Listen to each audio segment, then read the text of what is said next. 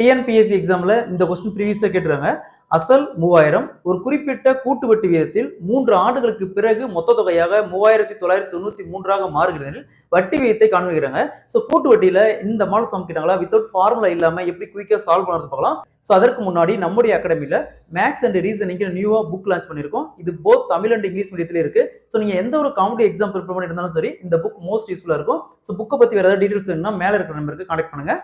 கொஸ்டின்ல அசல் 3000 ஒரு குறிப்பிட்ட கூட்டு வட்டி விகிதத்துல 3 ஆண்டுகளுக்கு பிறகு கிடைக்கக்கூடிய மொத்த தொகையானது 3993 எனில் வட்டி வீதம் காண்பிக்கிறாங்க. ஸோ கூட்டு வட்டியில இந்த மாடல் சம் கேட்டாங்களா ஃபர்ஸ்ட் அசல் எவ்வளவு சொல்லியிருக்காங்க 3000 அப்படி ரேட் பண்ணிக்கோங்க. இங்க மொத்த தொகை 3993. ஸோ இதை கேன்சல் பண்ற மாதிரி பாருங்க 3ஆல கேன்சல் பண்ணலாம். இங்க என்ன வரும் 1000. நெக்ஸ்ட் இங்க 1331. நெக்ஸ்ட் இங்க காலம் 3 ஆண்டுகள் சொல்லியிருக்காங்க. ஸோ இங்க 1000 இருக்கு. 1000 அப்படிங்கிறது எதோட கியூப்னு பாருங்க 10 கியூப் 1000. 10 கியூப் 1000. அதே மாதிரி இங்க 1331 அப்படிங்கிறது 11 கியூப் 1331. ஸோ அப்ப இங்க 10:11. 10:11. நெக்ஸ்ட் இந்த ரெண்டு காலம் டிஃபரன்ஸ் 11ல 10 போச்சுன்னா 1.